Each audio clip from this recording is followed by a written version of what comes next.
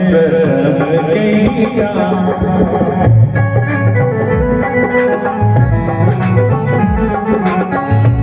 निज मात पिता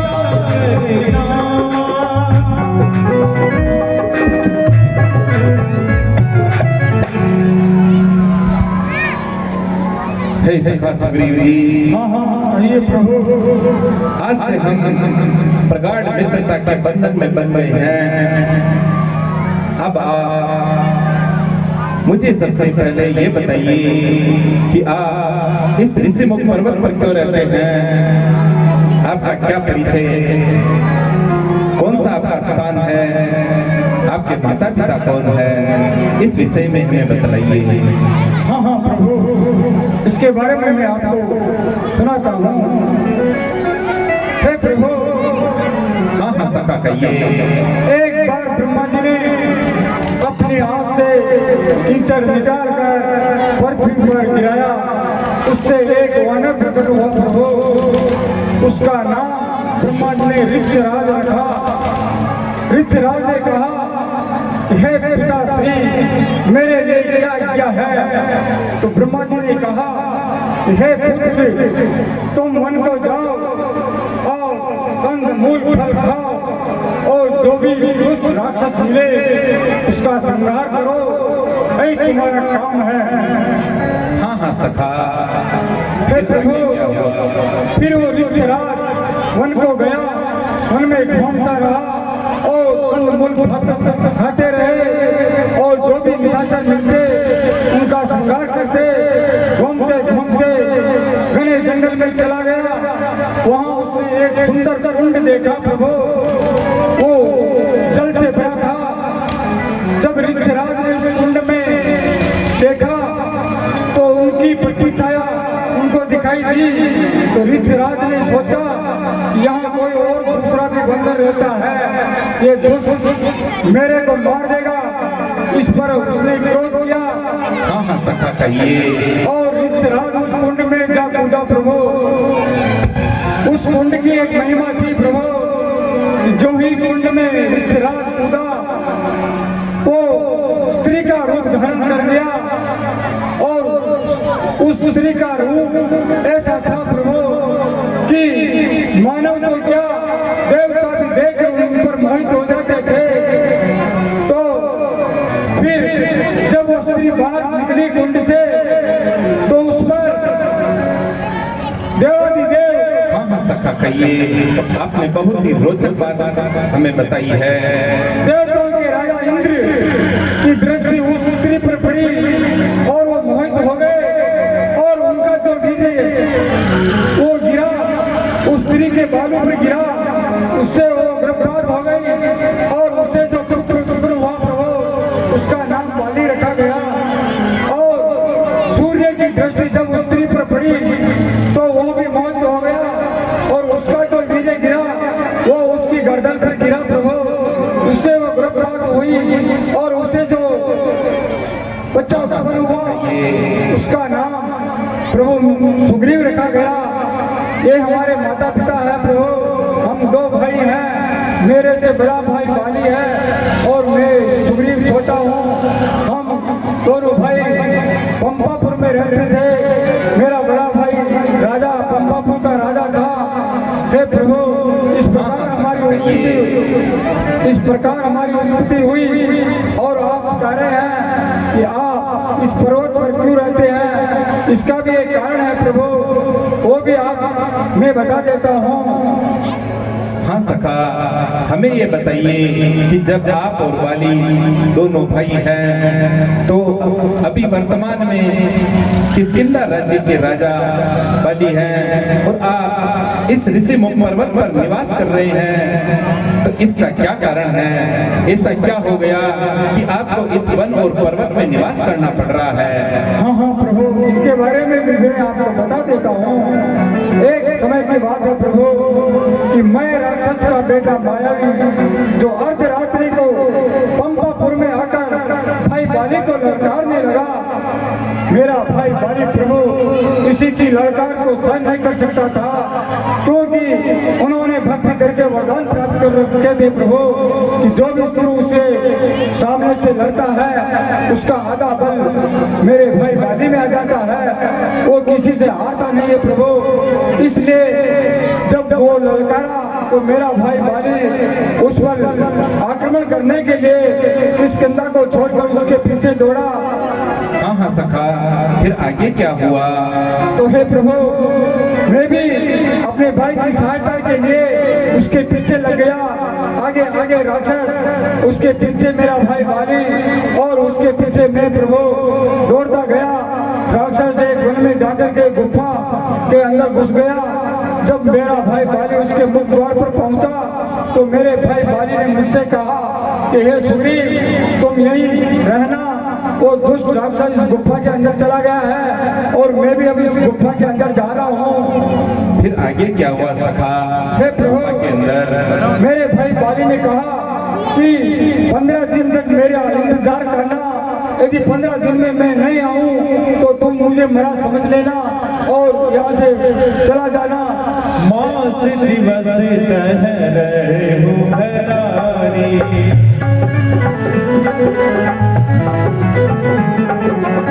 निज रुधिर धार सहवारी,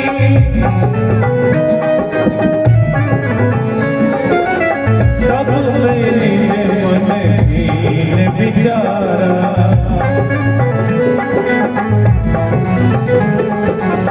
जाना असुर आदि कहमारा।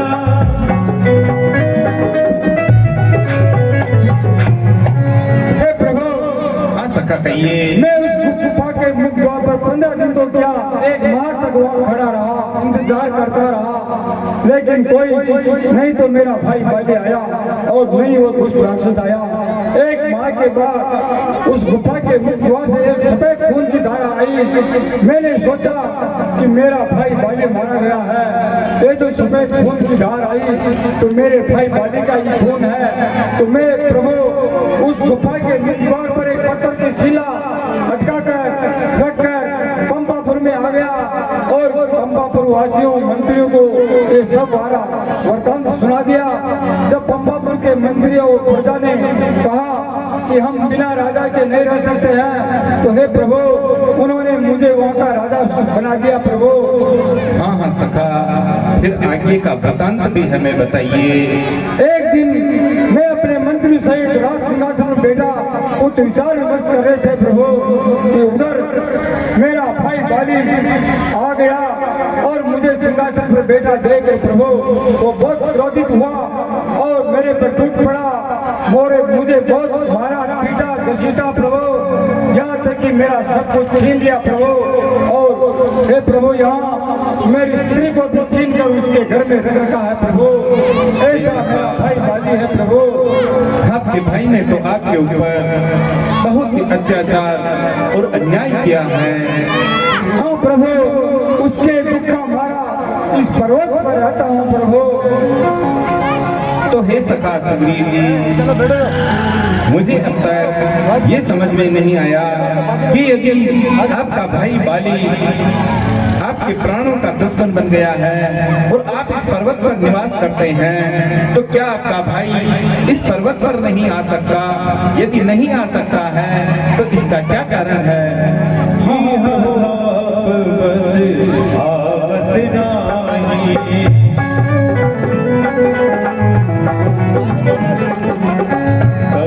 सभी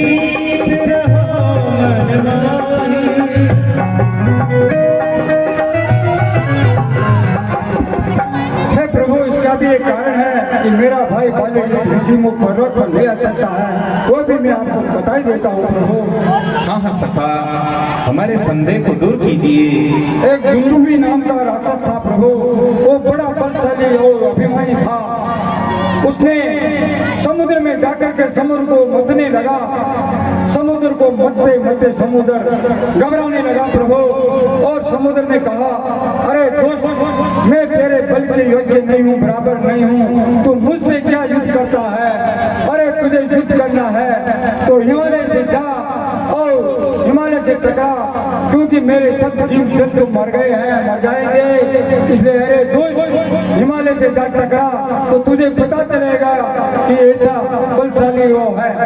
तो हे प्रभु, हाँ हाँ सखा, वो दुंदुभी राक्षस समुद्र से निकलकर हिमालय पर्वत की ओर बढ़ गया और ऐसा चलता जैसे हे प्रभु कोई आंधी तूफान आ रहा हो और गर्जना करता, पेड़ पौधे जीव जंतु मिलते उसको मारता खा जाता। इस प्रकार वो दौड़ता हुआ हिमालय से जा टकराया, हिमालय को तोड़ फोड़ कर दी। हिमालय घबरा गया प्रभु। फिर हिमालय ने प्रकट होकर के कहा, अरे दोस्त, मैं तेरे बल के योग्य नहीं हूँ। अरे मुझसे युद्ध क्या करता है? अरे तुझे युद्ध करना है तो किस गंगा में जाओ, वहाँ के राजा बाली है, उससे युद्ध करो तो तुझे पता चलेगा। तो प्रभु उस राक्षस हिमालय को छोड़कर पंपापुर में आ गया और मेरे भाई बाली को ललकारने लगा। हे प्रभु, मेरा भाई बाली किसी की ललकार को सहन नहीं कर सकता था, तो उसकी ललकार को सहन नहीं कर सका और वो दौड़ता हुआ उसे युद्ध करने के लिए चला आया। दोनों मेरे भाई और दुष्ट राक्षस में 4 बार तक मल्लयुद्ध हुआ प्रभु, लेकिन हारा नहीं। लेकिन मेरे भाई बाली को क्रोध आया और मेरा भाई बाली पैर पर पैर रखकर प्रभु उसके 2 भाग कर दिए। एक भाग को उत्तर दिशा में फेंक दिया, दूसरे को दक्षिण दिशा में फेंक दिया।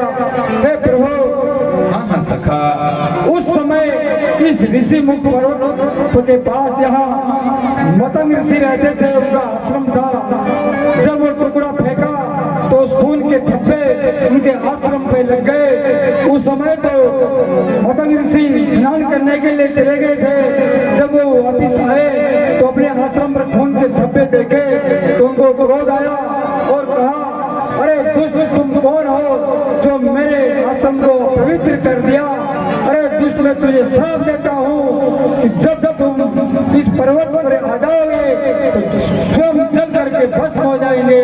हे प्रभु, उस मतंग ऋषि के श्राप से मेरा भाई बाली इस ऋषि मुख पर्वत पर नहीं आ सकता है। यदि वो आ जाए तो स्वयं जल करके भस्म हो सकता है। इसलिए हे प्रभु, मैं इस ऋषि मुख पर्वत पर अपना प्राण सुरक्षित रख सकता हूँ प्रभु। ऐसी कोई जगह नहीं है जो मैं अपने प्राण सुरक्षित रख सकता हूँ प्रभु, इसलिए मैं इस ऋषि मुख पर्वत पर रहता हूँ प्रभु। हे सखा सुग्रीव जी, आप दोनों भाइयों के जन्म की और वीर की कथा बड़ी रहस्यमयी एवं अद्भुत है। साथ ही महामुनि मतंग जी ने जो श्राप दिया और जिसके कारण से वानर राज बाली इस ऋषिमुख पर्वत पर नहीं आ सकते, बड़ी अद्भुत कथा है। हाँ हाँ प्रभु। हे सखा, हाँ हाँ कहिए प्रभु। यदि आप दोनों भाइयों में इतना बैर हो गया है और इतना घोर अन्याय दुराचार किया है, सुनो सुग्रीव में मारियो, बाली यही बात, ब्रह्म रुद्र शरणागत गए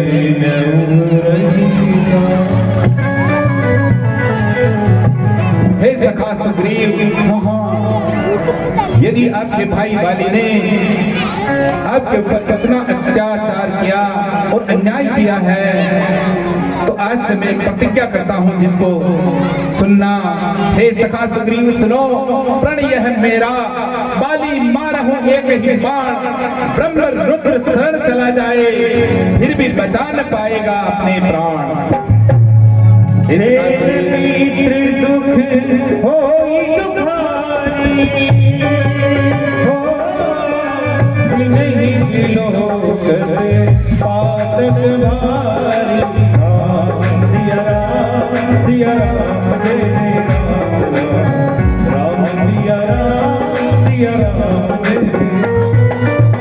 हे सखा, आपका भाई बाली अब यदि स्वयं ब्रह्मा विष्णु और महेश की शरण में भी चला जाए तो इस संपूर्ण सृष्टि में उसके प्राण बचाने वाला कोई नहीं है, क्योंकि हमने आपसे सच्ची मित्रता की है। हम आपके सभी दुखों को दूर करने का प्रण कर चुके हैं, क्योंकि इस संसार में सच्चा मित्र उसी को कहा गया है जो व्यक्ति अपने मित्र के दुख को देख करके दुखी होता है, और ऐसा मित्र जो अपने मित्र के दुख में हास्य करता है उसका मोह देखने से भी भारी पातक लगता है। हे सखा, भले ही स्वयं का दुख सुमेरु पर्वत के समान हो, किंतु उसे मिट्टी के दाने के समान समझना, और अपने मित्र का दुख चाहे मिट्टी के दाने के समान हो उसे पर्वत के समान समझना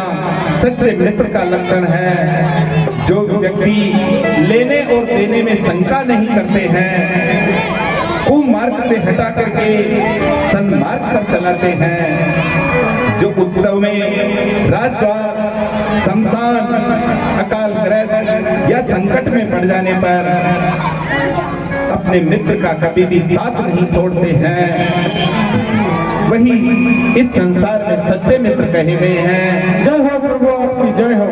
हे सखा, जो अपने मित्र को प्राणों से भी अधिक चाहे वही सच्चा मित्र कहा गया। और सत्य सेवक कृपण नृप गुनारी कपटी मित्र सूल समिये चारी। इस संसार में चार व्यक्ति कांटे के समान हृदय में चुभते हैं, मूर्ख नौकर, कंजूस राजा, उल्टा नारी और कपटी मित्र। ये चारों ही किसी व्यक्ति के जीवन में सूल के समान होते हैं। हमने आपसे सच्ची मित्रता की है, हम आपके सभी दुखों को दूर करेंगे।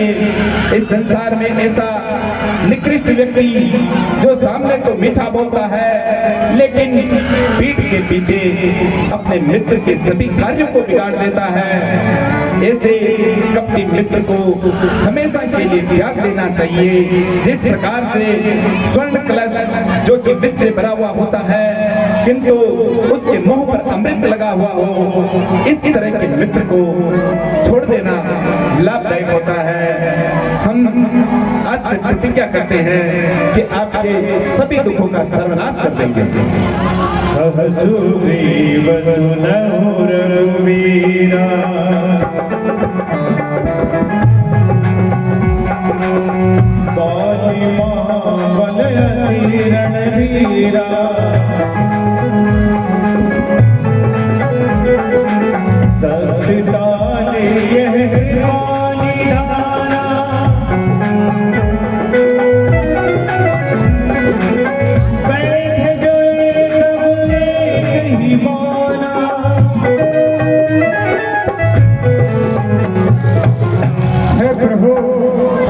कहिए। आप कह रहे हैं कि बाली को मैं एक ही बाण से मार दूंगा। हे प्रभु, बाली को मारना कोई सरल काम नहीं है प्रभु, वो बहुत शक्तिशाली है और उसे वरदान है प्रभु कि जो भी उससे लड़ता है उसका आधा बन उसमें चला जाता है। इसलिए है प्रभु वो किसी से हारता नहीं है। मुझे जो संशय है प्रभु, बाली को मारना सरल नहीं है प्रभु। आप अपने मित्र पर स्वयं पर भी जितना विश्वास करते हैं उससे बढ़कर विश्वास कीजिए। हम निश्चित ही बाली का वध करेंगे। हाँ प्रभु, यदि आप मैं कहूँ वैसा जो कार्य कर देंगे तो मुझे विश्वास हो जाएगा प्रभु कि बाली पर विजय प्राप्त कर सकते हैं प्रभु। हे सखा, आपको विश्वास दिलाने के लिए हमें क्या करना उचित होगा? हे प्रभु, ये जो सामने 7 काल के वृक्ष दिखाई दे रहे हैं जो चंद्रमंडलाकार के में है, यदि इनको एक ही बाण से कोई बीन देता है वही बाली पर विजय प्राप्त कर सकता है प्रभु। मुझे इसका निवारण कीजिए तो मुझे मेरा संशय दूर हो जाएगा प्रभु। ठीक है सखा, निश्चिंत रहिए। चंद्रमंडलाकार दुहाई करे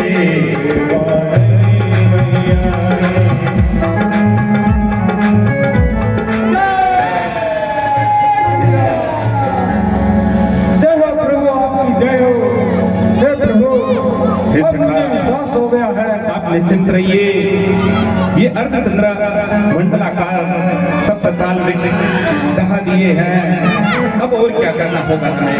हे प्रभु, अब मुझे पूर्ण विश्वास हो गया है कि आप बाली परिचय प्राप्त कर सकते हैं। जैसा भी आप उचित समझे वैसा कीजिए। दोनों भी ऐसी ताल ले आए,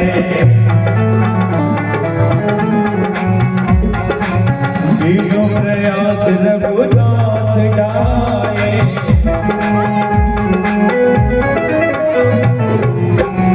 हे प्रभु, जो सखा ये जो दुनिया हस्तियों का ढेर है, इसको एक ही बाण से दिशा देता है, वही बाली परिचय प्राप्त कर सकता है प्रभु। ठीक है सखा, इस दुंदुभी अस्पताल के लिए बाण संधान की कोई आवश्यकता नहीं, ठोकर मात्र से ही इसका निवारण हो जाएगा, निश्चित रहिए। बार ही बार नाई बदसीता, जय हो। बार ही बार नाई बदसीता,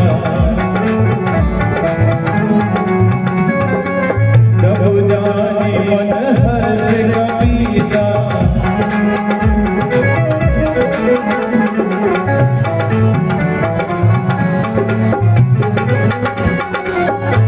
हे प्रभु, हाँ हाँ सखा, अब मुझे पूर्ण विश्वास हो गया है।